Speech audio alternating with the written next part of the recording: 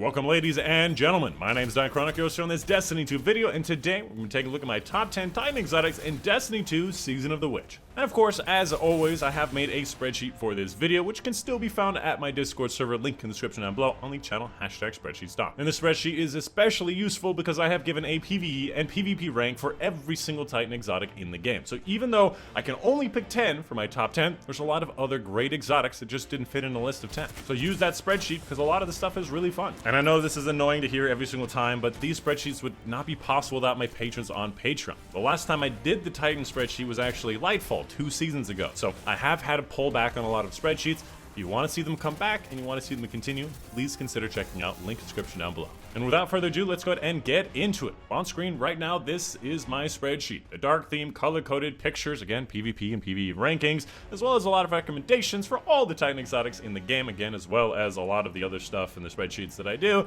all here, again, my Discord. And right before I get into it, just wanted to mention a couple of honorable mentions. First of all, Aon Safe, like all the other Aeons with Effective Insight, can spawn heavy ammo. It's especially useful in Master, Grandmaster content, and it's still going to be useful depending on the artifact, and it just missed the top 10. And the other honorable mention, the Heart of Inmost Light, an exotic that I use all the time when I'm not using lauraiz, is still a great exotic. Again, just barely missing that top 10 again. After all of those nerfs, it just fits at like number 11 or 12. And without further ado, at number 10, we have the Dune Marchers, which is pretty much a quintessential PvP exotic. It is the sprint boots. You sprint faster, you slide farther, and with it, you also have that melee thing that creates static electricity from targets nearby. Now, it's no longer the 15 meters that it used to be, it's a whole lot less, so it's not nearly as broken, but being able to move faster in PvP in shooter games is always good. Transversive steps, stompies, and Dune Marchers, and kind of peacekeepers we'll talk about later, moving faster is always better. And with that, it still does a decent amount of damage with that little shocky effect, and you can combine it with things like shoulder charge or high damage melees. Following that, at number 9, we have the Bant Leap, which was literally at number 1 2 seasons ago when I last did this spreadsheet, when suspend was like 8 to 15 seconds long,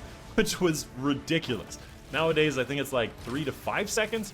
That being said, suspend, Woven Mail, and this exotic are still excellent options for both PvE and PvP. If you've never heard of it, the Dranger's Lash, which is that class ability little suspend wave, has 3 little projectiles instead of 2. It targets much more aggressively and travels farther, and you get Woven Mail when it suspends targets, which I think Woven Mail got slightly nerfed from 60% to 55% damage reduction, which is like big whoop. It's still ridiculously good. And a Bant Leap allows your class ability, your grenade, and tangles to all give you Woven Mail. So if you want to be really resistant and have tons of suspend stuff, which is still really great, a Bant Leap is fantastic. And if you're playing PvP with Strand, you're probably using this exotic. Following that, at number 8, we have the Curus of a Falling Star, which did fall a little bit this season because we do have a new DPS king. That's not only the Titan DPS king, but is literally the DPS king of the game, which is going to be the pyroil gauntlets that we'll talk about a little bit later. Now, if you've never heard of it, Curus of a Falling Star greatly increases the damage of the Thunder Crash, literally doubling the damage of it, and it gives you an overshield the longer you fly, which allows you to retreat safely, which on top of that is also a great subclass for PvE with the incredible grenades that it has. And the reason why it's no longer the DPS king is because apparently, I have not tested it, the pyroil does double the damage of Falling Star. Originally, people talked about how it did triple the damage, but that's with the Synthocept swaps, where you got Roaring Flames ×3, you pop the super with pyroil, you switch to Synthocepts doing 50% more damage, and you cannot swap with Synthocepts anymore. So TLDR, it should be doing double the damage of Falling Star, which if you double 530,000, that is well over the highest damage that hunters can do with their supers, which were already the best DPS options in the game, by like 300,000 damage, which is kind of ridiculous. Again, I have not tested it personally, but that's what I hear. And for that reason, Curus did lose out a little bit, but it's still a fantastic exotic. It has a great safe retreatment, it has great damage in the super that's already great, and it has a great subclass. Following that, at number 7, we have the Peacekeepers, which, if you've been playing the Crucible, is pretty much just all SMGs plus shotguns, and the Peacekeepers fits in there perfectly. Essentially, if submachine guns are really good, which you can use anything from Shire's Wrath to the new Tempest weapon, this exotic's gonna do well. And if you haven't heard of it, you move much faster with the SMGs, pretty much the same speed bonus as Dune Marchers and Transversives has. You also slide farther, you have better ADS speed and stalking, you have better swap speed, sprint to fire speed, you automatically load SMGs in your pocket, you have higher FOV, you can nom load, tons of different things, making SMGs a whole lot better. Although it's actually not even really that close to being the best PvP exotic for Titans, that we'll talk about a little bit later. Following that at number 6, we have the doomfang pauldrons, which actually did get a little bit better with the set of exotic armor changes we got this season, as well as, by the way, back in Lightfall, we got a bunch that did change this list. And if you've never heard of doomfang pauldrons, essentially, whenever you pop your super, you throw your sentinel shield, your super gets extended on each hit that it does. And if you get a melee kill, you get your full shield back, allowing you to kind of mix those up and make your super last a whole lot longer, which the super, again, has the defensive capability that creates orbs, has the banner shield where they can stand behind you,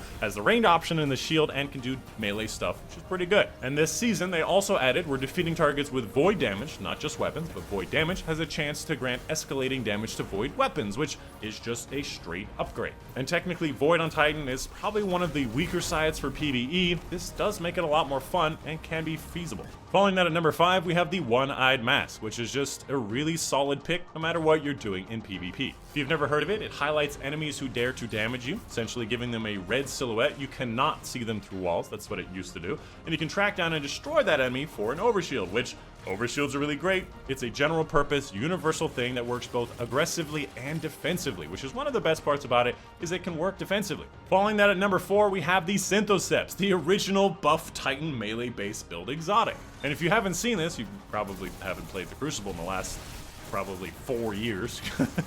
It increases the melee lunge range, which is ridiculous, and the highest melee lunge range in the game, and improves your melee and super damage when you're surrounded, which can be both PvE and PvE related. Did I say PvE twice?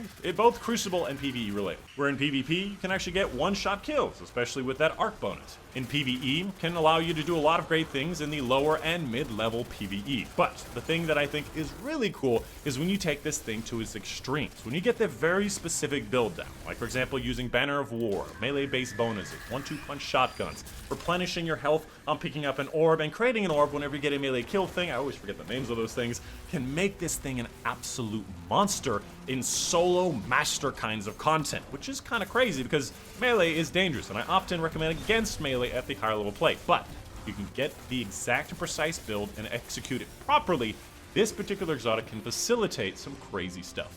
So TLDR, it's very accessible to newer and intermediate player and has some very nice niche builds at the top level, and it's a great exotic that can be used across any subclass. Following that at number 3, we have the pyroil gauntlets, the new DPS king in the game. As I mentioned before, it modifies your burning maul into a single high damage slam of your hammer. It creates 5 cyclones of flame. If you hit all cyclones, you're doing double the damage of falling star. And with that, consecration, which is one of the aspects where you do that jumping melee attack, has a second slam that creates a cyclone of flame, which I literally never use consecration because it's bad, and you could just not use it and still have a lot of great use on this exotic. Because the fact is, it is a swappable exotic. When you're about to use your super, swap to it. Otherwise, just use something like lauraiz, and it will be a lot better. And with that, solar is often one of the best options for Titans these days. The sunspot healing and all the benefits of energy and stuff that you can get from it are amazing, which is why you'll see at number 2 we have lauraiz. So TLDR, this is the highest damage super option in the entire game, probably, and it's on a great subclass. Following it at number 2, we have the lauraiz Splender Helm, pretty much the exotic that I use most of the time. It's a very much a set it and forget it exotic because it just keeps you alive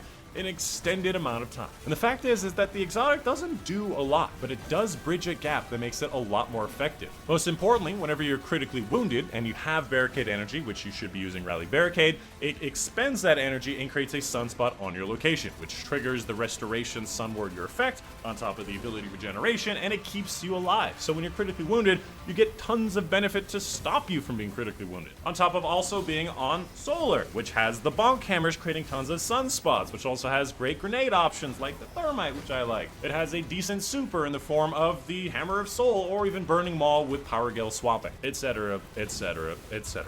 And honestly, I have to say, when it comes to PvE Titan stuff, this makes me feel the most Titan because it allows me to just push W and very rarely have to run away from any battles. And if I am running away, it keeps me alive while I'm running away. It is 100,000% worth getting. If you don't have it, get it. And finally, at number 1, for the number 1 Titan exotic in the game, hands down, is the Antaeus wards. And if you've been playing Crucible, you've seen this exotic. It has essentially made it so you cannot kill your enemy, and he comes and just shotgun melees you. If you've never heard of it, it has improved slide, which, as I mentioned before with the Dune Marchers, is always really nice, and sliding after sprinting for a short time reflects incoming projectiles, which essentially allows you to not be shot while you shotgun your enemy.